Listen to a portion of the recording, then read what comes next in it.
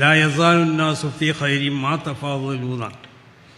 ജനങ്ങൾ പരസ്പരം അങ്ങും ഇങ്ങും ബഹുമാന ആദരവുകൾ കണക്കിലെടുത്തുകൊണ്ട് ജീവിക്കണം. അപ്പോൾ ബഹുമാനിക്കപ്പെടേണ്ട വ്യക്തികളെ ബഹുമാനിക്കപ്പെടണം.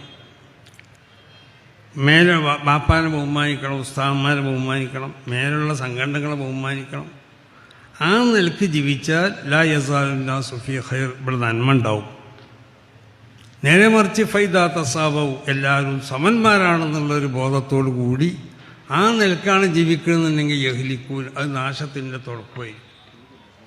അപ്പം അതുകൊണ്ട് നമ്മൾ എപ്പോഴും എന്ത് വേണം, പരസ്പരം നന്മയുടെ മേലിൽ തഖ്വയുടെ മേലിലൊക്കെ അടിസ്ഥാനപ്പെടുത്തിക്കൊണ്ടുള്ള സഹകരണവും പരസ്പരം സന്തോഷവും സ്നേഹവും ഒക്കെ അങ്ങനെ കൈമാറി കൊണ്ടിട്ട് നമ്മൾ എല്ലാ സംഘടനകളെയും ശക്തിപ്പെടുത്താൻ വേണ്ടി ഒരു സംഘടന മറ്റൊരു സംഘടനയിലേക്ക് എതിരാവാൻ പാടില്ല.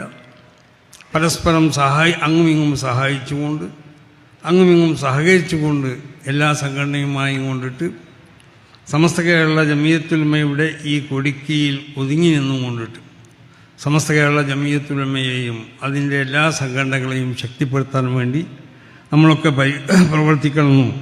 പ്രവർത്തിക്കണമെന്നും സമസ്ത കേരള ജമിയത്തുൽ-ഉലമയുടെ ഈ 100-ാം വാർഷികം 2026 കുനിയിൽ വെച്ചുകൊണ്ട് ഫെബ്രുവരി 4 മുതൽ 8 വരെയുള്ള തീയതികളിൽ നടത്തപ്പെടുകയാണ്. അതിനോട് എല്ലാ നിലക്കും എല്ലാവരും സഹകരിക്കണമെന്ന് എല്ലാവരോടും അഭ്യർത്ഥിച്ചുകൊണ്ട് ഇവിടെ ഇനി പ്രഖ്യാപിക്കപ്പെട്ട